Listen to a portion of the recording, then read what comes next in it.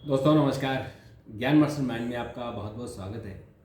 मित्रों, आपने महाभारत देखी कि कर्ण जो महायोद्धा थे उनका जन्म भी रहस्यमय था और उनकी मृत्यु भी रहस्यमय हुई। लेकिन उनके साथ एक कहानी और जुड़ी है कि मृत्यु के उपरांत भी उनको पृथ्वीलोक भेजा गया था। क्या है वो कहानी और उसके पीछे क्या रहस्य है, उस बारे में आज चर्चा करेंगे। उससे पहले आपसे आग्रह है कि चैनल को सब्सक्राइब कर दीजिए, शेयर कीजिए और लाइक जरूर कीजिए। तो हम बात करेंगे हमारे विशेषज्ञ डॉक्टर प्रतीक मिश्रा जी से। डॉक्टर साहब, आपका बहुत बहुत स्वागत है। तो कृष्ण और हमने जो संवाद सुने हैं कृष्ण और कर्ण के, वो बड़े भावुक संवाद हैं। और जब युद्ध हो रहा था, कृष्ण ने तभी उनको बता दिया कि ये जो तुम जिससे लड़ रहे हो तुम्हारे छोटे भाई हैं। तो उनका हौसला वैसे ही टूट गया था। युद्ध भी हुआ और अंततः वो स्वर्गलोक को गए। लेकिन ऐसा कहा जाता है कि वापस उनको पृथ्वीलोक भेजा गया। तो ये क्या कहानी है? महाभारत में जी इसके बारे में वेद व्यास जी ने विशेष रूप से वर्णन किया है। दरअसल देखिए, बहुत से लोगों को मन में एक सवाल ये उठता है कि मृत्यु के बाद कर्ण जो है उनको स्वर्गलोक मिला या नरकलोक मिला। कर्ण को स्वर्गलोक प्राप्त हुआ था। इस पर भी सवाल लोग कर सकते हैं कि वो तो ये महाभारत का युद्ध धर्म और अधर्म के बीच का था। कर्ण अधर्म की सेना अधर्म की तरफ से लड़ रहे थे, तो आखिर उनको स्वर्ग क्यों मिला। और आपको ये ताज्जुब होगा जानकर कि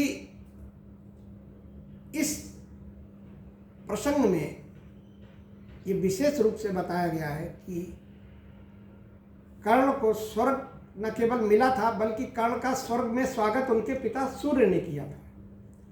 और कर्ण को स्वर्ग इसलिए मिला था कि हमारे सनातन धर्म में स्वर्ग और नरक मिलने के लिए आपकी इच्छाएं महत्वपूर्ण नहीं होती, आपके कर्म महत्वपूर्ण होते हैं। और क्षत्रिय धर्म में जो बताया गया है कि जो योद्धा रणभूमि में पीठ नहीं दिखाता है, भागता नहीं, वीरता पूर्वक युद्ध करता है, वीर गति को प्राप्त होता है, उसको स्वर्ग मिलता है। इसके अलावा कर्ण की और बहुत विशेषताएं थी। कर्ण बहुत बलशाली थे, कर्ण बहुत बड़े दानी थे, कर्ण बहुत बड़े सत्यवादी थे। तो इन सब कारणों से कर्ण को स्वर्गलोक मिला।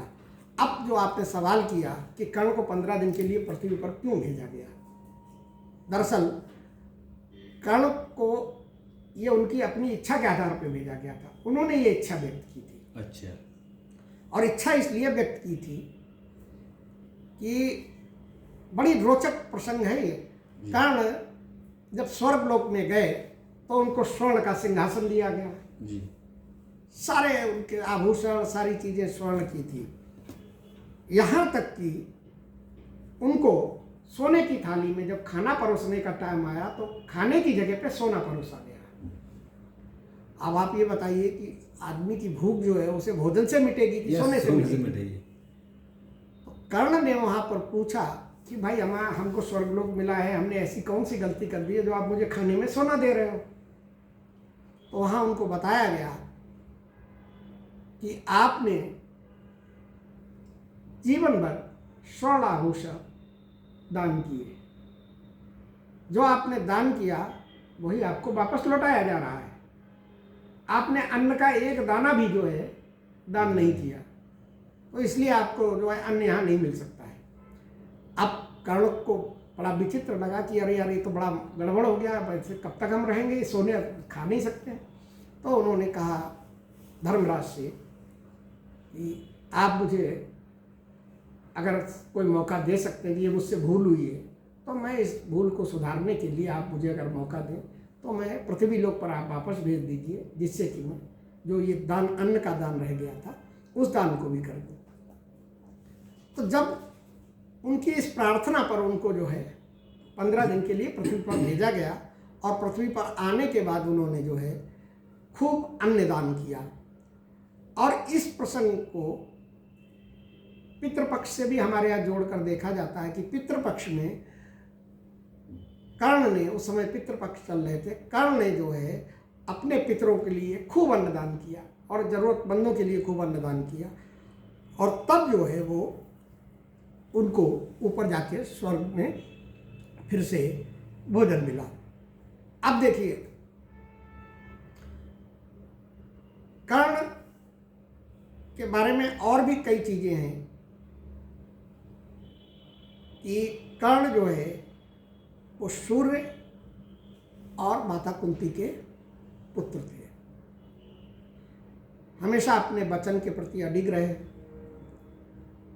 उदार थे और बलशाली भी थे।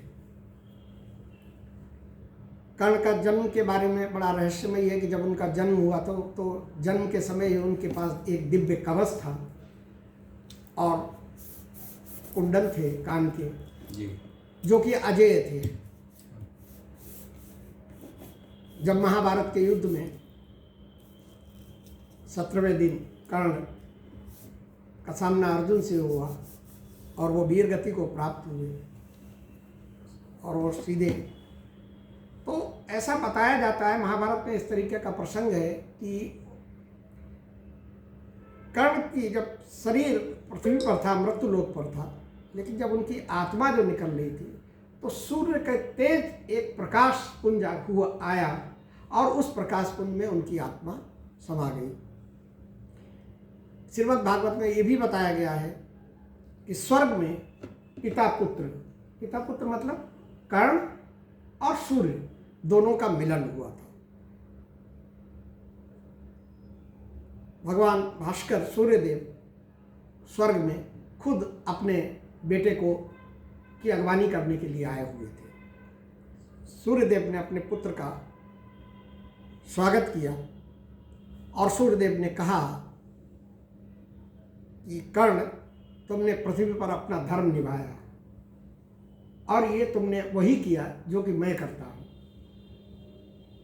मैं भी अपना धर्म निभा रहा हूँ, बिना रुके बिना थके पूरे ब्रह्मांड को मैं प्रकाश दे रहा हूँ, और तुमने भी वही काम किया कि पृथ्वी पर रहते हुए अपने धर्म को निभाया, अपमान सहा पर अपने दान और अपने वचन को नहीं छोड़ा। जैसे कि सूर्य को के बारे में लोग सूर्य की तरफ ऊपर की मुंह करके थूकते भी हैं और तमाम निगेटिव चीज़ें भी होती हैं, लेकिन सूर्य अपने प्रकाश को देना नहीं छोड़ता। इसका गहरा रहस्य अगर देखा जाए तो ये है कि कर्ण जो है अंततः स्वर्गलोक में से निकलकर सूर्यलोक में अपने पिता के पास ही चले गए और वहीं पर आज भी उनका माना जाता है कि वो आज भी वहीं अपने दिव्य रूप में निवास करते हैं।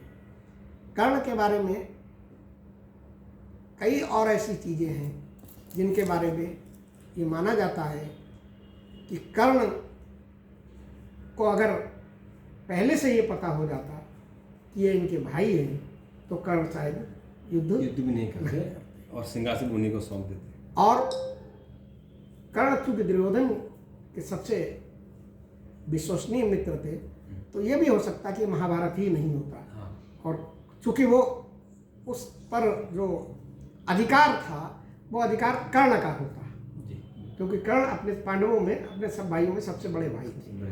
तो कर्ण की कथा बहुत रहस्यमयी, बहुत चमत्कारी और बहुत जो है प्रेरणादायक है। प्रेरणादायक भी थे। उनका जो महाभारत में जैसे हमने देखा होगा कि उनका चरित्र ऐसा था कि वो अपने होकर भी अपने नहीं थे। राजपूत थे लेकिन बोल नहीं सकते थे क्योंकि उनका पालन पोषण एक जुलाहे ने किया था।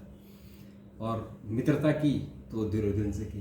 दुर्योधन ने उनको अंग प्रदेश दिया तो अंगराज हो गए, और जब युद्ध के लिए आए तो उनकी माता ने ही उनसे कवच छीन लिए, उनसे दान कर लिए। तो इनका जो चरित्र है बहुत ही तनाव भरा। दरअसल देखिए, कर्ण के चरित्र की तुलना आप जो है रामायण की कैकेयी से कर सकते हैं जी। जैसे कि कैकेयी को एक खलनायक बना दिया गया रामायण में, उसे को खलनायिका का स्वरूप दे दिया गया। उसी तरीके से महाभारत के युद्ध में भी इस तरीके से कुछ दिखाया गया कि कर्ण जो है वो उन्होंने मतलब नायक नहीं थे, जबकि महाभारत युद्ध के अगर हीरो के रूप में देखा जाए तो कर्ण हीरो थे। और कर्ण के प्रति भगवान श्री कृष्ण का बहुत लगाव था, कई मौकों पर वो झलका। बिल्कुल दल का और भीष्म पितामह भी उनको उतना ही प्यार करते थे। बिल्कुल। तो मित्रों, आपको ये प्रसंग कैसा लगा, अपनी प्रतिक्रिया जरूर व्यक्त कीजिएगा। और कर्ण के बारे में अगर आपके पास और भी कहानियाँ हैं तो उसका भी जिक्र कीजिएगा, हम उसका जवाब देने की कोशिश करेंगे। डॉक्टर साहब, आपने इतना अच्छा प्रसंग सुनाया, आपका बहुत बहुत धन्यवाद। मित्रों, बहुत बहुत धन्यवाद। चैनल को सब्सक्राइब करना ना भूलें। ऐसे ही वीडियो आपको इसी चैनल पर देखने को मिलेंगे। तब तक के लिए नमस्कार।